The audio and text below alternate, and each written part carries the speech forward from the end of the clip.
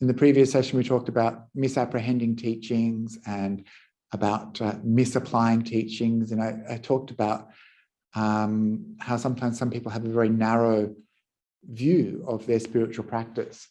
And I was just remembering this, this type of person who sometimes you encounter in a monastery kitchen.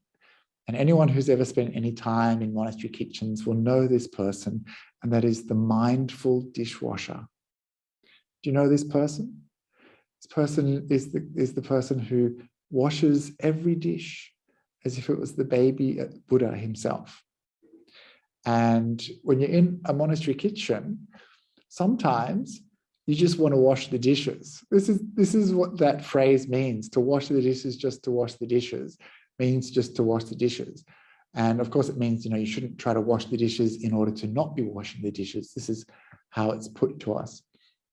But because people are suddenly in a monastery kitchen, the act of washing dishes somehow transforms to this spiritual project and a demonstration of your spirituality.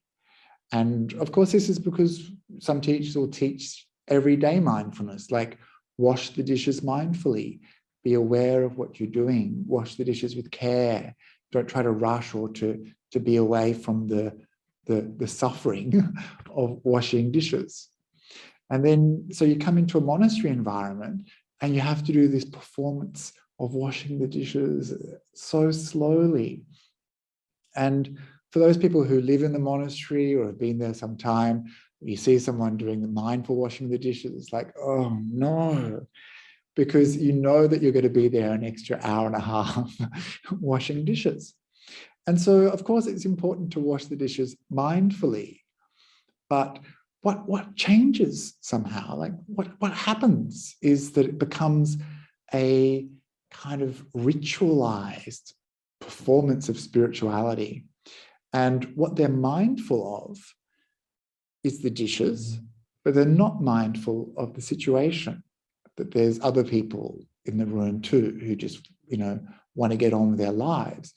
Or they're mindful of their spiritual practice, but they're not mindful of other people in the space.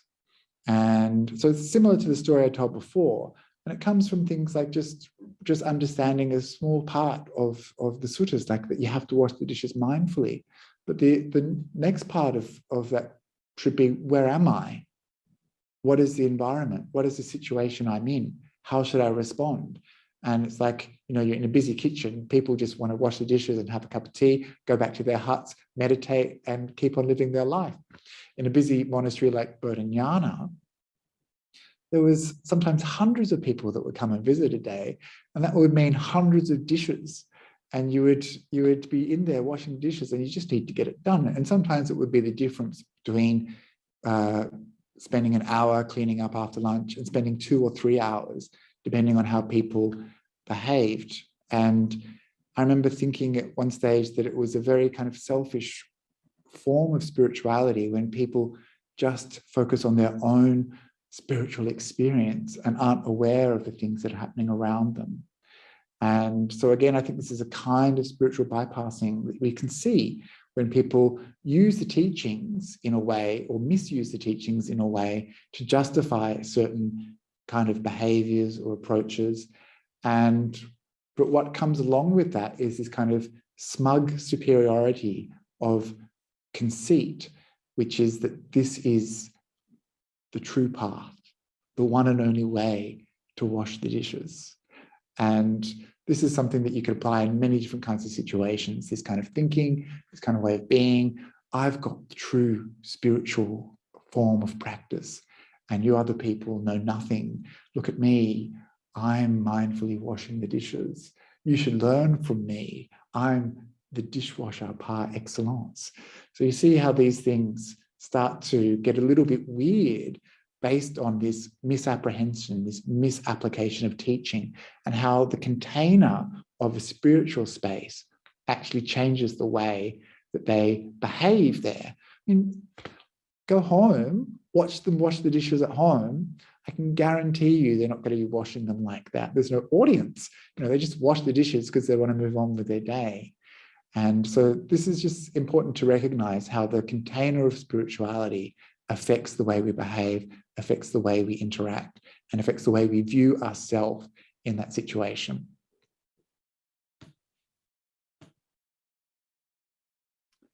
Melanie says that she can relate to the mindful dishwasher. Yeah. We've all been there, Melanie. Okay, so this is kind of similar in a way, but different, if that makes any sense. So this is, again, these are categories that Robert Masters laid out. So this is not my wording. He says that spiritual bypassing, this is number 9. Spiritual bypassing number 9 is devaluing personal relative to spiritual or transcendent. So there's a devaluing personal, subjective, everyday experiences and valuing this idea of quote unquote spiritual or transcendent. So we think everything is an illusion. Nothing is real. Which also means that your pain or your suffering or your problems mean nothing in the big picture. You don't really exist because everything is not self. Your feelings aren't real. You are just empty conditioned processes, which means, of course, that everyday life is meaningless. Only the spiritual path matters. Everything else is worthless. And I came here to meditate, not to wash the dishes. Because washing the dishes is boring, mundane, every day. Once again, I'm not washing dishes. And again, like this is something that, even something like this, where there's this problem, this boring, mundane, everyday problem of just trying to get something done. And this is, in some people's head, not a spiritual experience, because spirituality is something that isn't everyday, isn't boring, isn't mundane. And so they don't see the personal, the everyday, the subjective as being valid spiritually. Only transcendent things are important. And of course, this is a problem because mostly we're not going to be having transcendent spiritual experiences. We're going to be dealing with dishes. So what we're doing when we think like this is we deny a subjective reality. We deny our valid feelings, emotions, and experiences, and we render them to be of a lower order. So we discount them, we discard them, we only think that, ultimate liberation or freedom from suffering is real, whereas all these things are, they don't matter. But all these things are what basically make up our everyday life, yeah? So, yeah, how do we balance that? Of course, people who think like this are usually judging other people. They're not applying this to their own lives. Your suffering is not real, but mine is. Your problems aren't real, but mine are. Your life isn't important, but mine is. So this is a very convenient escapism, and it's not dealing with reality. So look at some memes. So this is one of the things that I often hear from people, that nothing is real, everything is just an illusion. And it might be that maybe there's a way of seeing the world that means that it's not as we think it is, but it doesn't mean that the world that we live in isn't real. This is a very dangerous way to think, because it's a very easy way to stop people complaining about things that could be changed in the world. It's not even real, it's just an illusion. You can't do anything. There's nothing you can do about the world. It's just a fantasy. And this viewpoint actually has an effect on the way we operate as spiritual people. Nothing you do matters. Your existence is a lie. Do you agree? Is this how you feel? Is this what the Buddha taught? Nothing you do matters? Your existence is a lie? Is that what the Buddha taught? This is something you kind of hear from people, like, nothing you do counts. You don't exist. It's like, well, if we don't exist, then what's the point of the spiritual path? Or if we can't do anything because it's just all karma, then what's the point in trying to be a good person or be generous or have ethics and morality if nothing matters? This is one that made me laugh. Oh, honey, please help wake up our son. And he says, wake up, there is no self. All your beliefs are delusions. So I wonder if these are things that you've heard before from Buddhists, or from teachers, or from people who think that they're teachers. I'm not saying there's no self, but there's no self.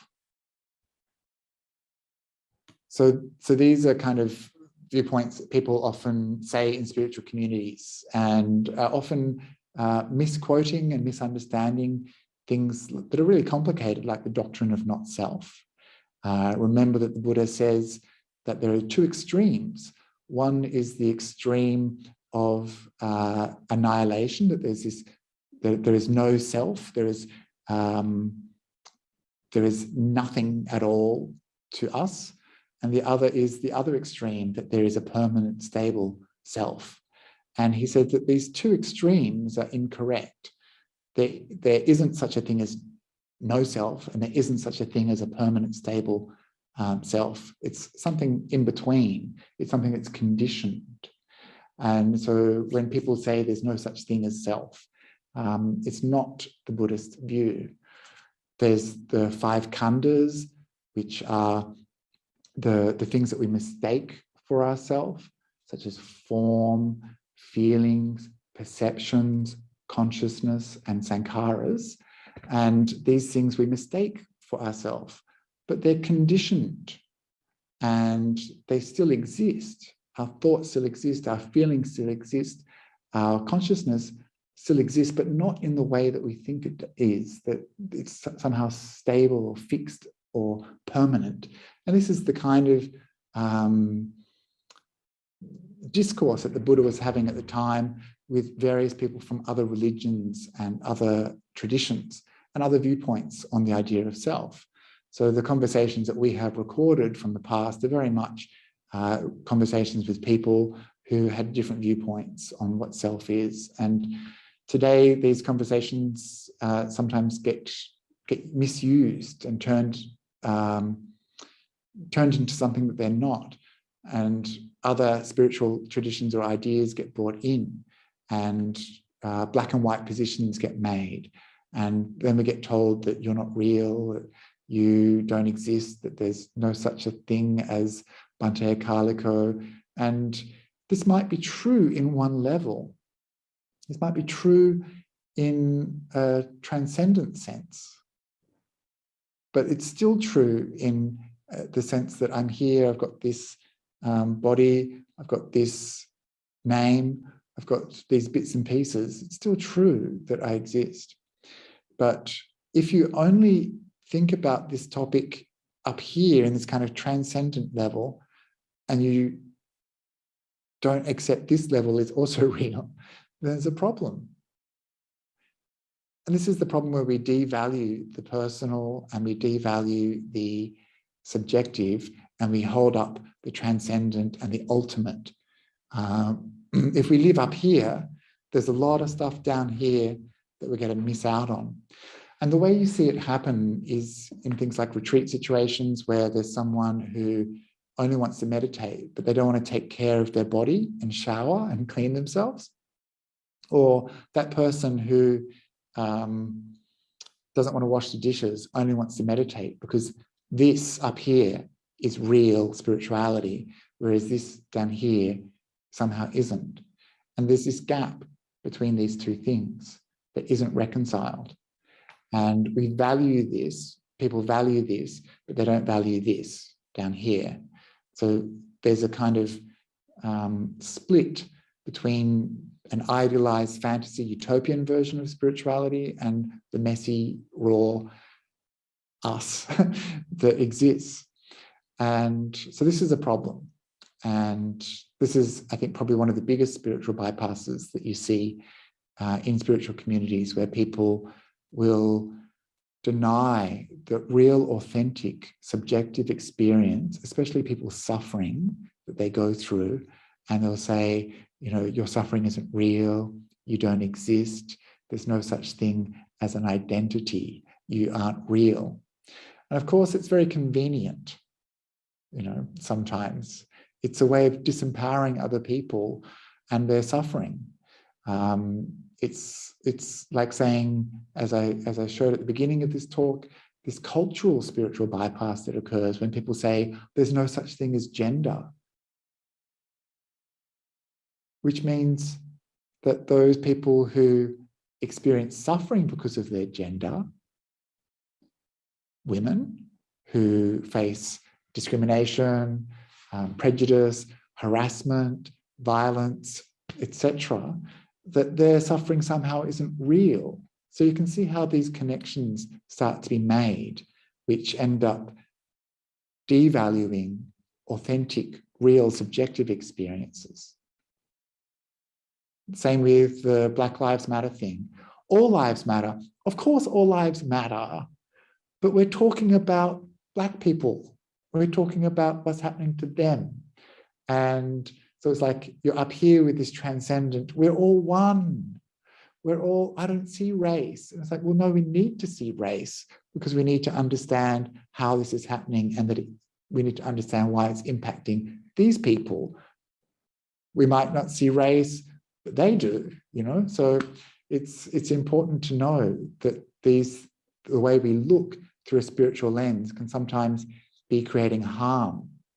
The same with the LGBTQ community. Sometimes people will say, these people aren't real, they don't exist, they're just attached to their identity, and identity isn't real. You don't, there's no such thing as sexuality, or we don't distinguish between people here, we welcome everyone. But then it's like, actually, sometimes we need to say, you know, I'm queer, or I'm non-binary, or we need to say, this is part of my life, that I'm also a spiritual person who is queer, or I'm also a trans person who has an interest in meditation. These things don't stop you from, these things shouldn't be tossed aside or rejected because we have this spiritual ideal of everything being one, or everything being transcendent, or that there's no such thing as identity. So we have to be careful and to use these terms with wisdom. Otherwise, things like not self can become a weapon that harms rather than a tool for liberation. And this is the thing with all of these spiritual bypassing factors. They're a way of looking at something which problematizes maybe an unthought out spiritual perspective that's not fully formed. In the breakout rooms, we were talking a little bit about how one person, I didn't get permission to share this, but I don't think I'll identify them, but this person felt really bad that they couldn't, because of Asian culture, tell their parents when their parents had done something wrong or were incorrect.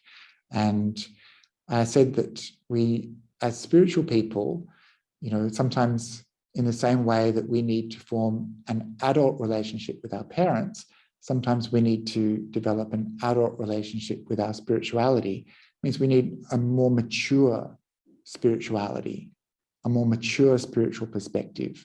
It's easy to be this naive and slightly uneducated spiritual person, but we need to become people who are aware, more sophisticated, that we can hold these two things in balance. Because If we overbalance on this one, then we're going to miss out on the things that we need to pay attention to here. And if we're only down here, just dealing with everyday mundanity, then we're never going to see that there's a bigger picture to our life. So we need to work out a way to hold these things together in balance and intention. I keep moving because I've got to run out of time. I was trying so hard to keep on time. But so the next and last factor of Robert Masters is this deluded belief of attainment or enlightenment. And so again, this is a misunderstanding of the spiritual path and meditation, and a misunderstanding of the real nature of enlightenment. People will think that they're further along the spiritual path than they actually are. You might see people, and I've seen this happen myself in other people, they have one good meditation, they get a little bit of euphoria, a little bit of bliss, a little bit of happiness, and they think that they're enlightened. But they better watch out, because this can sometimes bring a sense of superiority, smugness, and inflated ego, which can turn very dark, actually, and the sense of self can become very problematic. They might refuse to listen to an authority figure like a teacher about their practice. So usually they might go and tell someone that they've got this attainment or they've had this magic power or whatever, and they might be told no, but they refuse to listen. They refuse to listen to someone who knows better than them. And we also see this happening in some of our Buddhist communities, where people's bad behavior is recast as crazy wisdom. So we think that people who are enlightened can behave in these bad ways because they're not affected by delusion or greed or hatred, that they're just acting in a crazy way as an expression of wisdom. But actually, they're usually not enlightened. They're just bad people doing bad things to other people.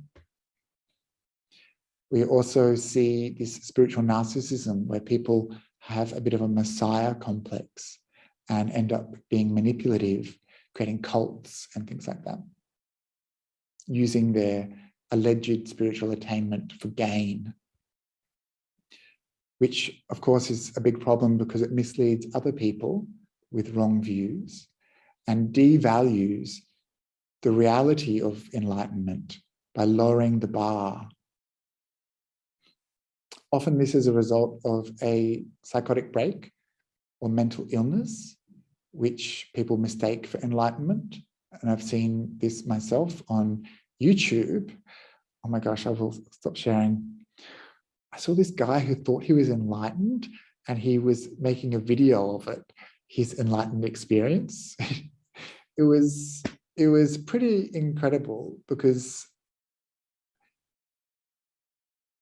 you see basically he's got his camera and he's walking down the street, eating food with his camera, talking about his enlightenment experience, how he's experiencing enlightenment right now. And the really scary thing was this had like hundreds of thousands of views on YouTube, and it had this whole list of people saying, wow, yeah, teach us how you got there. Tell us more. We want to understand what you've understood. And I saw his other videos, and he's like teaching meditation to people, and he's showing people, he's like live streaming his enlightenment experience. And it's like, oh, I can see this now, and I'm doing this. And you kind of think, I don't know that this is necessarily enlightenment, but everyone else seems to think it is. And there's also the phenomenon of internet arahants, people who claim to be enlightened. And these people will often have hundreds of thousands of followers, and they'll be in a position where they're teaching people about spirituality and teaching people about this deluded version of enlightenment. And they often happen in places where the people who are followers they are uninformed. They're not aware of the true teachings or what enlightenment would look like. And so they're being misled. And these people are often making money out of these other people. And the bigger problem, of course, is that they're misleading these people and they're leading them down a wrong path. And it's very dangerous for people with spirituality. And so I just mentioned that because we need to be careful out there in the world with who we trust. And if someone tells you that they're enlightened, probably they're not. I'm not enlightened. I'm just doing my best. And I hope that I can get better. And I can see that it's a long, difficult path. And it's not easy. There is no secret trick. There is no shortcut. And anyone who's telling you there is, be very suspicious. So to understand if someone is actually enlightened, you need to be around them for a long time. You need to see that they've completely abandoned greed, hatred, and delusion. So one of the things that I took on as my responsibility as a junior monk was to test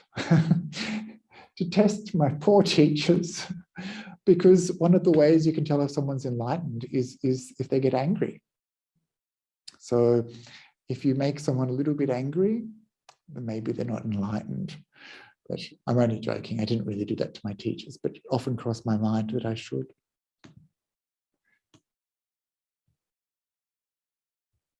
Okay, so watch out there, because people might not be what they say they are, and you might not be able to trust them. So this is the kind of person, no one meditates like me. I meditate extremely well. Nobody meditates better than I do. I have great relationships with some gurus, but I'm actually the most spiritual person around. I guarantee it. Watch out for anyone that talks like that. Or people that just are really glib about enlightenment. Enlightened you are not, if say it you must. Of course, Grumpy the cat here saying, I attained enlightenment once. It was awful. So these kind of views about enlightenment, what they tend to do is they kind of shift the definition of enlightenment. So there's some people who have claimed to be an arahant, and when they've been challenged on this, they've said, oh, but I'm not that kind of arahant. When I talk about enlightenment, I'm not talking about the enlightenment of the Buddha. I'm talking about this kind of enlightenment. So they kind of shift the bar down, or they say, oh no, that's just not how it is. The books are wrong. I've got the one true Dharma. I'm the one who knows.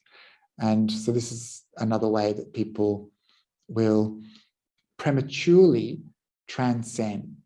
And you might remember back to yesterday, this was the definition that John Wellwood, the person who coined the term spiritual bypassing, this was the term that he coined, saying that people prematurely transcended the messy reality of their life and thought that they were spiritually attained when they actually weren't. And this idea of premature is they weren't ready. They haven't got there. They're not there yet, but they think that they are. And so this is the problem. They've gotten ahead of themselves. They have gotten on the train and they've left their suitcase at home. You know, they've gone off, but they haven't taken anything along with them that counts. They didn't get to enlightenment, but they think that they had. And this view is a really dangerous view. And you can see how it happens, because you might have a nice meditation one day and think, oh, I've done it, you know, but you're a little bit ignorant of the path. This is increasing levels of happiness and bliss, Buddha talked about it in this way that it's like, there's all these different levels of enlightenment and levels of meditation. And what we're doing down here is tiny, but we think, because we've never experienced it before, that it's up there. But actually, we just got rid of a little bit of suffering. We just had a little bit of peace.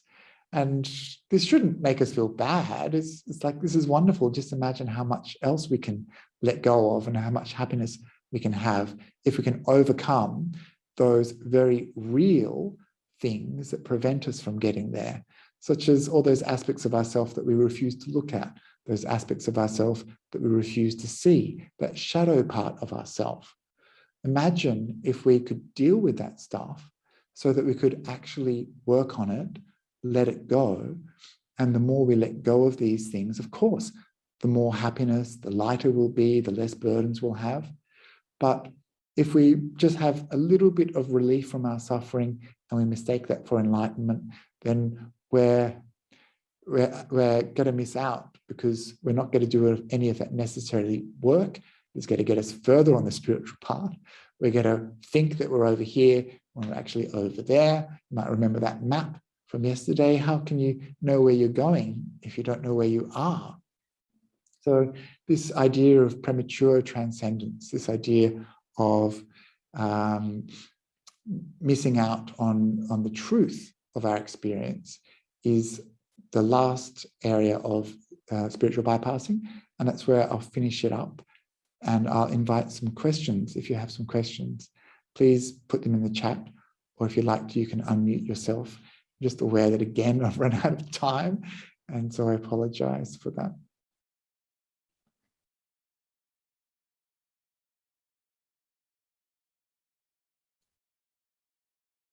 Yes, Sinsin is saying, could the Buddha be harsh without, the Buddha could be harsh without being angry? Yes, he could. But, sometimes he would use very strong words. And this is something I didn't talk about yesterday in relation to weak boundaries and blind compassion. But actually, the Buddha, he knew how to put you in your place. And he calls some people disgusting or offensive. He would say there are certain types of people in the world who are disgusting, that they are like a snake that has crawled through shit, that these people will, if they don't bite you, they'll still rub up against you and make you stink. And it's like, wow, this is like pretty harsh stuff, Buddha. This is really intense language. And he says that there's some people that they're like a sewer pit.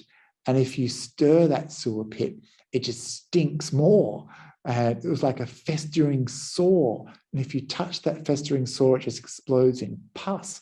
And these people you shouldn't associate with. And it's kind of like, maybe it's okay to have some boundaries. Maybe it's okay for me to not feel like I have to be this kind of impressive divine being all the time. It's okay for me to say, I don't have the skills to deal with this person. I should just back off. And the reason for that was that the Buddha said that some people will hurt you. Some people will disturb your mind. Some people will cause trouble in your life. So you should avoid them. Interesting, because that's not how we're taught about the Buddha and his kind of attitude to people, is it? We always see the other side, where he's obviously helping and being compassionate. Someone like Kisa Gotami, who was distraught at the loss of her son, you see his compassion. Or dealing with someone like Angulimala, the mass murderer, again, you see the Buddha's compassion. But there's this other side to the Buddha, which was this kind of much more hardcore, much more brutal person who obviously had to have some wisdom about some situations and to know when it was appropriate for him to have compassion and when it was appropriate to remove himself from a situation. So there's some questions coming in. Bhante, although our sessions have been focused on the individual, I feel that the context we practice in, e.g. organizations, retreat centers, etc., are fraught and steeped in unconsciously perpetuating spiritual bypassing as a cultural paradigm. Yes, operationally as well as a practice and teaching wise, especially regarding social justice and human rights. So thanks, Michael. Yes, and it's true, Michael, and I completely agree with you. And that's why I think this idea of cultural bypassing is really important. And it's something that a lot of sanghas overseas were working on. And by sanghas, I'm using the kind of insight version of sanghas, so lay sanghas, so lay communities, where people worked out that they were sitting in a room where everyone was white. And kind of think, you know, you're living in a multicultural community. There's lots of people from different races, and yet our Sangha is entirely white. Is it possible that we have some sort of cultural bias? And I see that here in Australia too. You see a lot of groups who are entirely white Buddhists, and you don't see people from traditional Buddhist backgrounds going to those groups. And you kind of think, why? What are we doing? What is this kind of, are we presenting Buddhism in a particular way? Are we accidentally not inviting people in? Is our organization somehow unconsciously biased? It's the same with things like, let's say like discrimination in Buddhist organizations towards people who are trans or non-binary. You might say, everyone's welcome. We welcome everybody. But then when they come into the space, they don't get the correct gender pronoun. They might get approached if they try to use the bathroom that they want to use. There might not be a form that allows for a non-binary pronoun, such as them or they, or a title like MX might have only Mrs. or Ms. or Mr. Might not have something that a non-binary person would need to use. And so this idea that we're good people, we're Buddhists, we're spiritual, we're good people, we've done the work, is just not true. That we still have work to do, because we're actually sometimes actively excluding people. And part of that problem is that we think that we've done enough. Part of that problem is we can't see the way our spirituality and the things that we believe, such as identity or whatever, affects the way that we view our organizations as well. And so, yeah, there's definitely a lot to do for organizations around some of these topics. And often it's the gatekeepers who are the problem, like the people in the organization might have ways of looking at these situations that are more in line with the things we've been talking about and seeing the problems. But the gatekeepers, the people who are in charge, maybe they are reluctant to change. So that's a problem. One way I often think about this is just like disability access. So for a long time, it was very difficult for people who had a disability, such as using a wheelchair or a mobility issue, to access certain spaces. And there was a kind of cognitive bias, just didn't see these people as people that we could let into the space. They just existed over there, didn't even think about them. It's like, hey, we want to come to the space. And it's like they come, but they can't get in.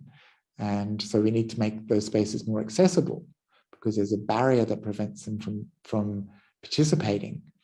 And so this is a real barrier. It's a physical barrier, but there are many other barriers too, which we don't see. And some of those barriers are race, gender, sexuality, and those sorts of stuff. How do we distinguish between healthy, calm pause from worldly stress, emotional challenges, versus spiritual bypassing? Is there a healthy detachment? Yes, I think there is. And I think that the whole point of this toolkit that we've been looking at is to just understand the problem of overbalancing on one way of doing something, or one way of perceiving something, or one part of our practice, overemphasizing that. So of course we need time to pause and time out. We need time to relax and unwind. And sometimes in meditation, you just need to chill out and just zone out. Like, that's true. I understand that. But then if that's all we're doing as part of our practice, or if we're using our practice as an escape, or using our practice to detach, then we need to see that with wisdom. So I guess when we talk about these things, we're not talking about don't do this, this is wrong, this is bad. What really we need to do is to develop wisdom ourselves around these issues and to see clearly for ourselves what's going on.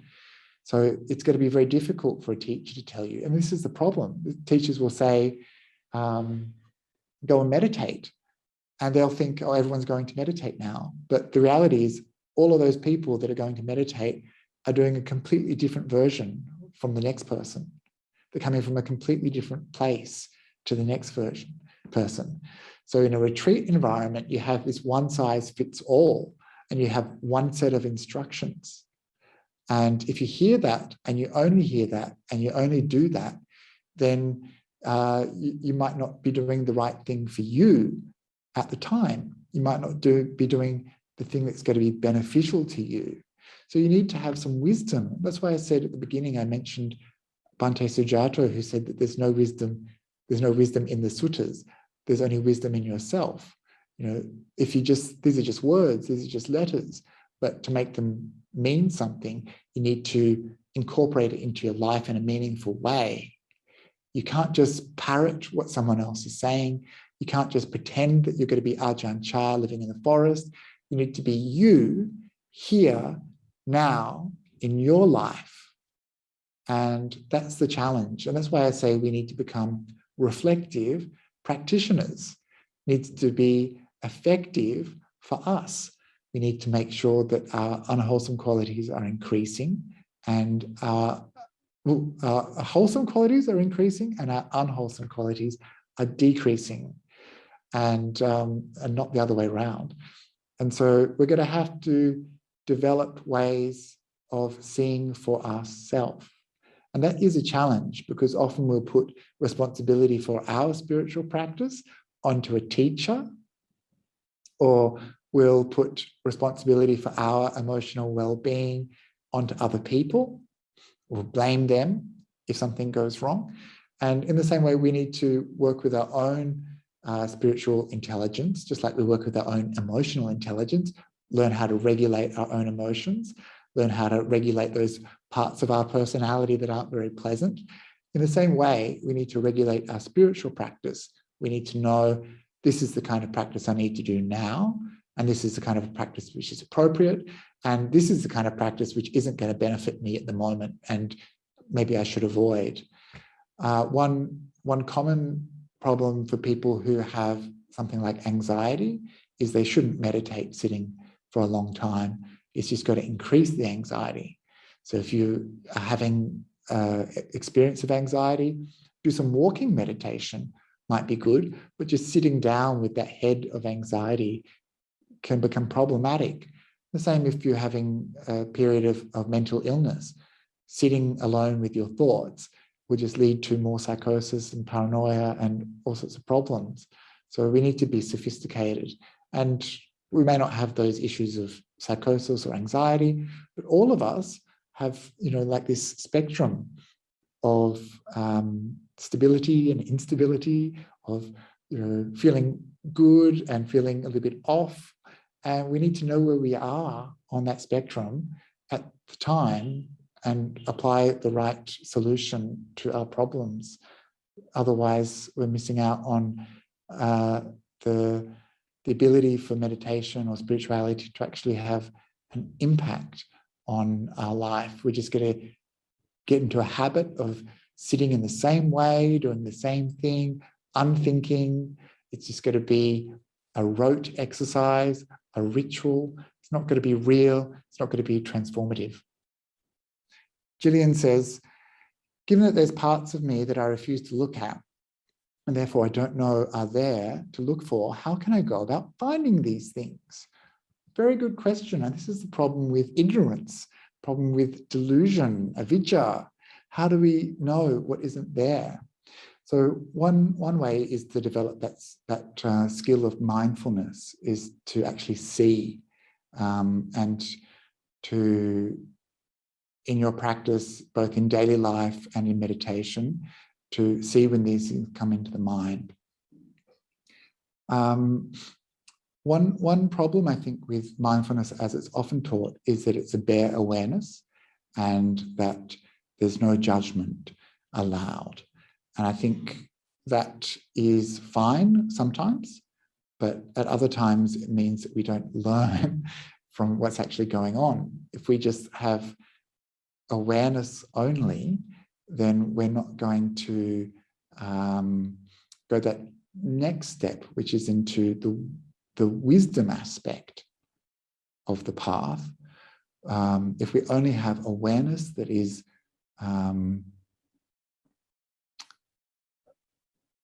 what do they call it? Like just pure awareness, bare awareness, mindfulness only, without judgment, then we're missing an opportunity to grow, because that's not how the Buddha taught mindfulness. He taught mindfulness as a tool so that we could see what's going on and know how to respond. So the image that Ajahn Brahm uses is the image of someone just using mindfulness, and it's the image of a guard of a citadel or a treasury. And so the guard is standing there doing the guard thing, and he's like, I'm aware. And then he sees a person coming towards him, and it's a thief. It's like, thief coming towards me, thief going in, thief coming out, thief carrying treasure, thief going away. And of course, the guard's job was to be aware, but they need to act as a guard also. They need to do something. So there has to be this kind of level of wisdom that they need. There has to be this extra layer. And that's called yoniso manasakara, wise attention. And we need to have this extra dimension to our practice where we can see what's happening and then understand, is this wholesome or is this unwholesome? So this is the way that the Buddha teaches. He always teaches us to see, is this wholesome? Is this unwholesome? Is this leading towards skillful states, bettering myself, or is this leading to problems, causing harm? And this is why we have the 4 right efforts, Samma Vayama, that desire to come out of unwholesome states and cultivate wholesome states, and why we have the identification of hindrances and the identification of wholesome states like the bojjhangas. So when we're being mindful, we're not just like a machine. We're being mindful in order so that we can do something with the information that we're receiving. This is data, but then we need to analyze the data. And so this is how we come out of ignorance. We observe. But if we want to get wisdom around it, then we need to have this extra layer, which is yoniso manasakara. But it is hard to see these things. They're hiding from us, aren't they? Another way is to ask your friends, which, there's got to be a bit of trust there, or ask your partner. And this is something that we do in the monastic life from time to time. We invite people to give us an admonishment. If we've done something that's harmful, or if we have behaved in a way that's upset other people, part of the year we will say, you're invited to give me an admonishment, and there's the opportunity to tell us if we've done something. And it's quite useful if we can hear feedback from other people, because they see us. We've got this prison of our mind, and it's really hard to see ourselves clearly. But other people, they see us, and they still love us. So if you've got a trusting relationship with someone, then ask them, what can I do to be a better person?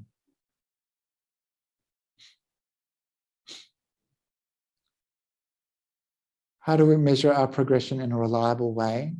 I think it's that we need to be able to see, have I improved? And sometimes it would be just a little bit, but you might see that your relationships have improved, your communication has improved. You might see that your relationship with yourself has improved, that you're a little bit happier, that you're less bothered by things, that you have less negativity in your mind. And so again, this is that four right efforts, which is something which applies specifically to meditation, but something we can extend to our life outside meditation too.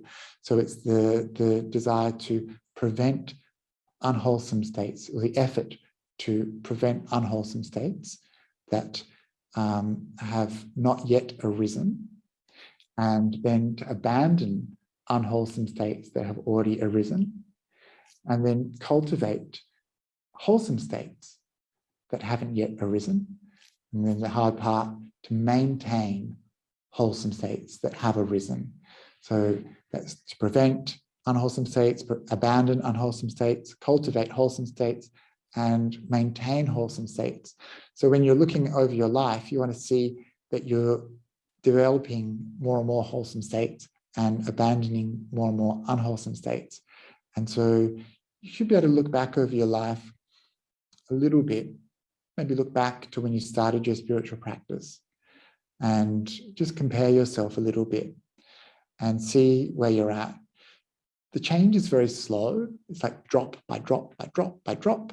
It's not something that happens really quick, but you should be able to see that there's some change.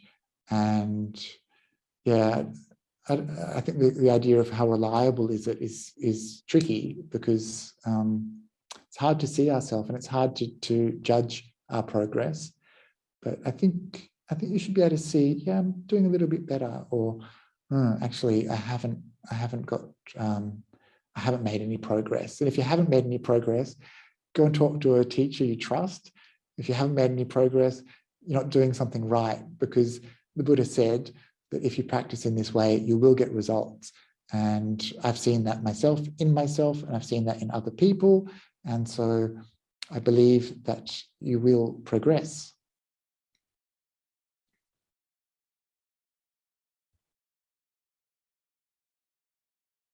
Oh, there's a lot of questions. Okay.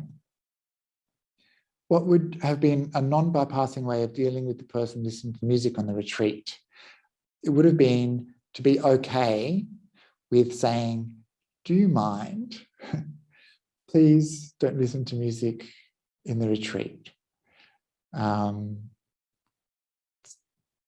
Yeah. What stopped me? What stopped others? What stopped the teacher? It's interesting to think about. And we're talking in the breakout session that for me, it was that I felt like I should just go along with whatever the senior monk was doing. The people on the retreat probably thinking I should just not say anything because no one else is saying anything. It's that bystander effect. But I think what we need to do is be able to be okay with confrontation sometimes and say, all these other people came here to do a retreat and you're listening to music. Like, I don't think it should be that difficult. Do you? I mean, it's not that hard, but because of that spiritual container, it became this thing. You know how it is when you're on retreat, like everyone's trying to be their best self. And like in a way, that version of our best self might not be our best self. Like that version of the person who doesn't want to tell someone not to do something, that might not be the best you. The best you might be someone who's okay with going to someone and having a difficult conversation. I mean, that takes real skill. That takes real command of yourself. And so, yeah. Okay, dealing with anger, you said we need to let go in our own way, in our own time. We don't beat it by expressing it. But if I don't express it, I feel like I'm suppressing it. Any quick tips? Yes, you can go to my YouTube channel and you can look at one of my videos called How to Deal with Hate, Part 1, because again, I had poor time management. And so there's part 2 coming up this Tuesday night. And so part 1 starts to talk about issues around anger. So you just put my name into YouTube and you'll find it's a recent video. And if you want to come to the next session, just contact me and I'll give you the link to the next session. But yeah, that's my quick tip.